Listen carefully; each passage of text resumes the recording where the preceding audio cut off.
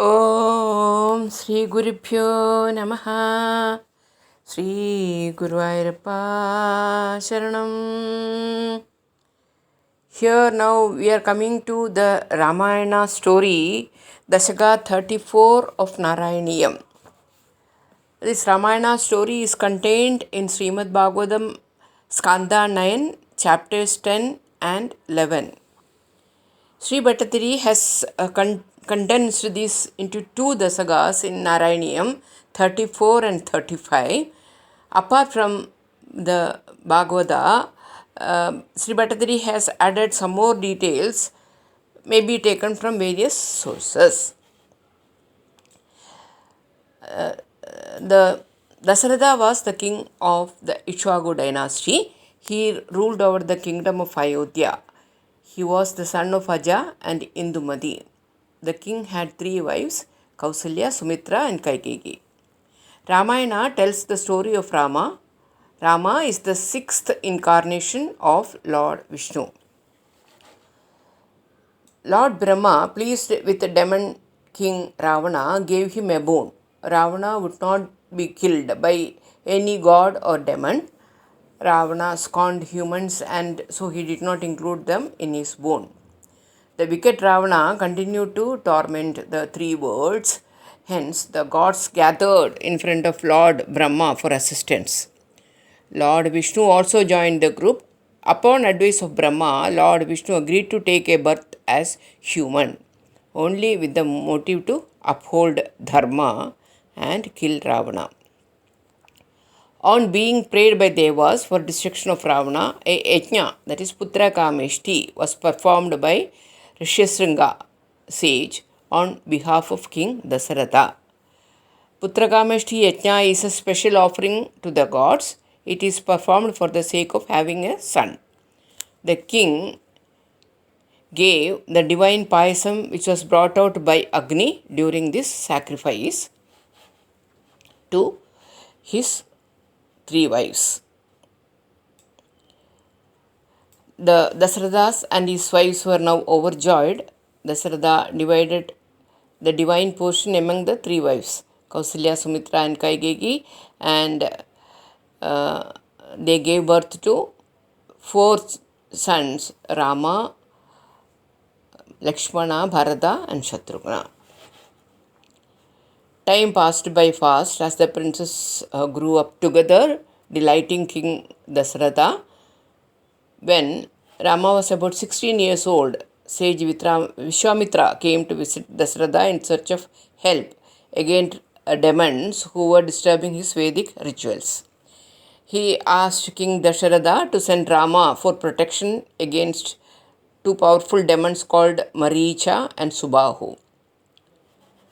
Considering Rama's age, King Dasaratha became very upset at the sage's request, but Vasishtha intervened and the children were sent along with Vishwamitra. In their course of travel, Vishwamitra imparted a secret knowledge to the young princes called Bala and Atibala Vidya, the practice of which would always keep them vigorous and full of vitality. Rama also received many weapons after successfully killing the demoness Tataka on the orders of sage Vishwamitra. Finally, they reached the place where Vishwamitra was to perform his sacred ritual. The young princess safeguarded the ritual for 6 days and nights. On the last night, the demons Maricha and Subahu appeared to foil the ritual, but Rama killed Maricha and Subahu. After that, the ritual was completed successfully without any problem. With the completion of the ritual, sage Vishwamitra travelled to the kingdom of Mithila to attend a ritual and also to see the auspicious bow of Shiva that was being worshipped in the palace of King Janaka from ages. Rama and Lakshmana accompanied Vishwamitra on this journey. Nearing Mithila, they visited the hermitage of sage Gautama. Vishwamitra told them about the legend of Ahalya, Gautama's wife. According to the legend, Indra was infatuated with Ahalya and desired a union with her. She complied with Indra's desire, but sage Gautama caught them unawares and cursed them both. Ahalya was relegated to a lonely life in the hermitage where she would remain unseen and invisible as a stone. Only when Rama entered the hermitage, she was freed from her curse and emerged back into her divine form. After Ahalya's redemption, sage Vishwamitra along with Rama and Lakshmana reached Mithila and entered the court of King Janaka.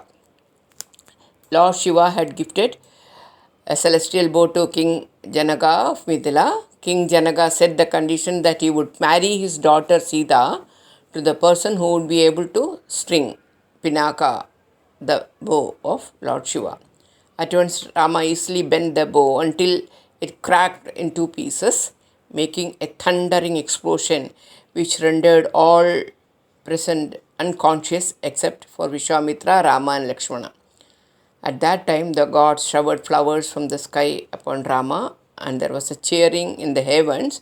And King Janaka then agreed with great pleasure that his daughter should be married to the mighty Rama. One of King Dasharatha's wife, King Kaikeyi, had brought up an orphan girl named Manthara, who served Kaikeyi as a maidservant. It was she who sowed the evil seed of the great personal ordeals related in the Ramayana. With crooked logic, Manthara predicted all the grief ahead of Kaikeyi, and in this way implanted evil wrath into the queen's heart. Queen Kaikeyi was now convinced that Rama must be eliminated, so she was very dear to Dasharatha and she was able to strike tellingly by binding him to a promise. Once Dasharatha had fallen badly wounded on a battlefield in a clash between Indra and some Asuras, and Queen Kaikeyi at that time had nursed him as he lay unconscious. At that time, Dasharatha had promised her 2 boons, but she had said she would ask for them at a later time. Kaikeyi awaited now Dasharatha, and when he came, she demanded the 2 boons, that Rama should be banished to the forest for 14 years and Bharata be installed as king. Dasharatha fell unconscious by her words. He soon regained his sense, understood what she was saying, and again fainted.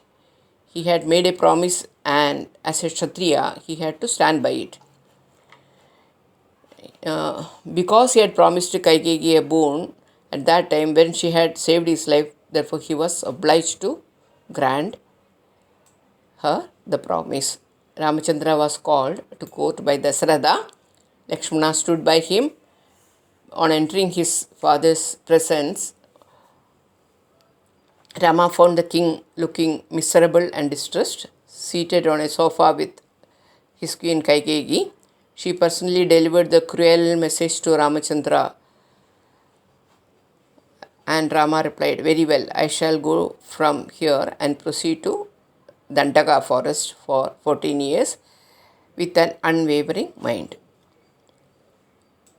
Forest life for a royal prince was supposed to be an insult, but Rama managed to cheer up Sita by pointing out the beauty of the natural settings and settled in Chitrakuta. These are the contents of these 5 slokas of Dashakam 34 of Narayaniyam. Now we will see the Narayaniyam slokas here.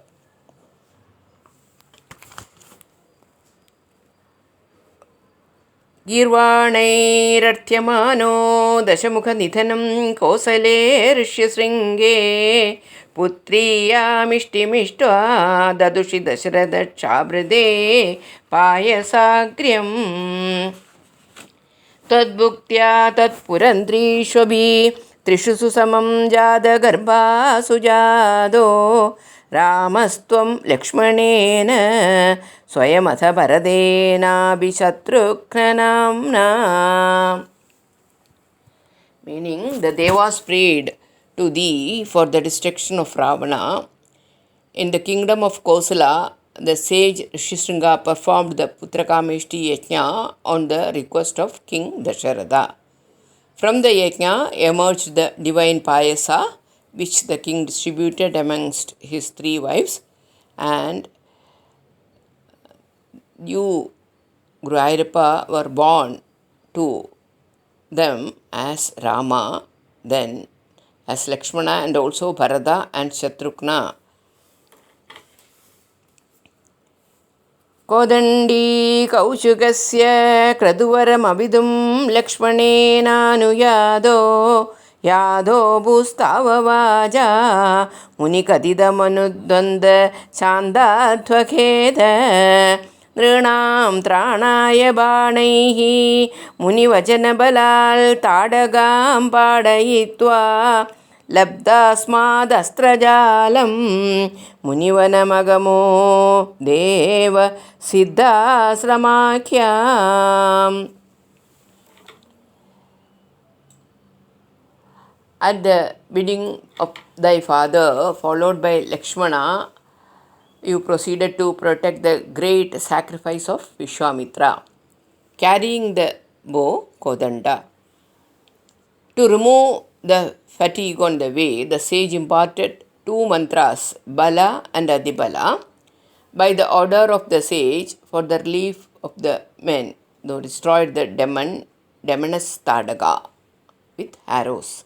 After receiving from sage instructions in the use of several divine missiles, though went to the forest with the sage and then to the hermitage named Siddhashrama.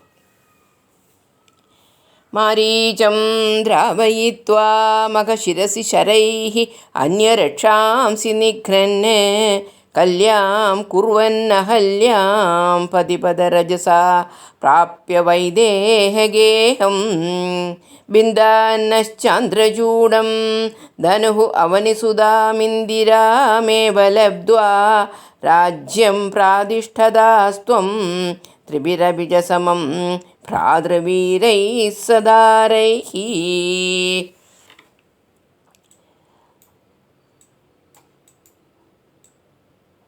At the beginning of the sacrificial rites, you chased Maricha and with arrows killed the other Rakshasas too.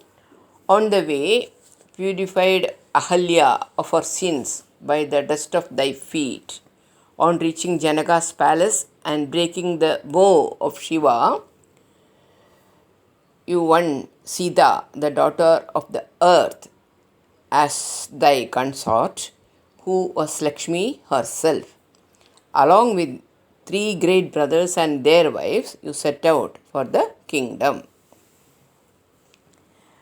आरुन्दाने रुषान्दे भृगुकुलतिलगे सङ्क्रमय्य स्वदेजो यादे यादोऽस्ययोध्यां सुखमिह निवसन् कान्दया कान्दमूर्ते शत्रुघ्नेनेकदादो गदवति भरदे मादुलस्याधिवासं तादारब्धोऽभिषेकः तव किल विहदः केकयाधीशपुत्र्या.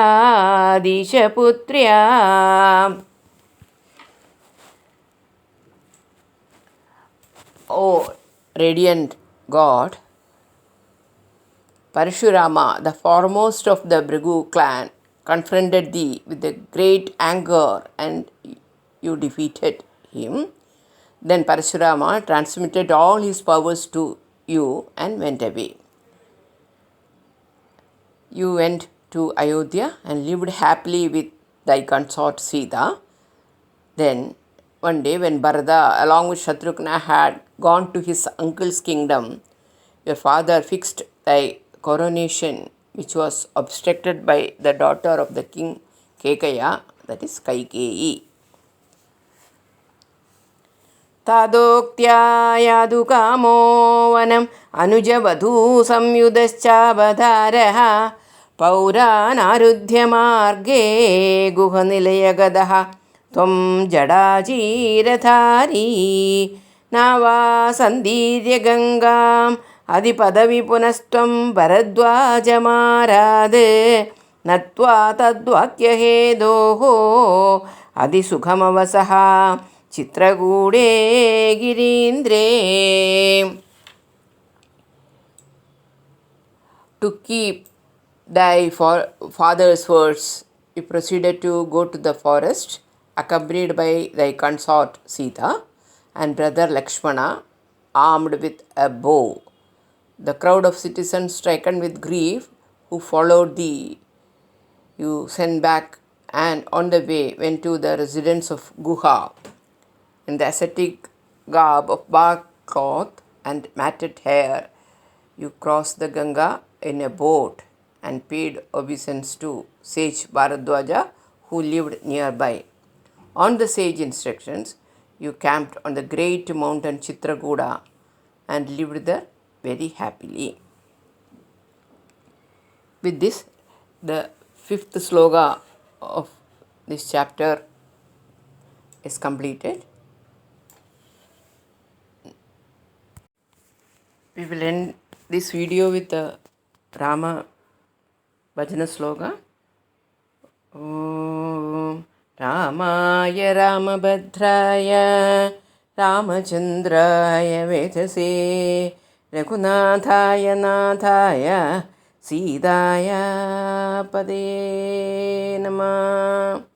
Janaki Gandhasmaranam Jai Jai Rama Rama.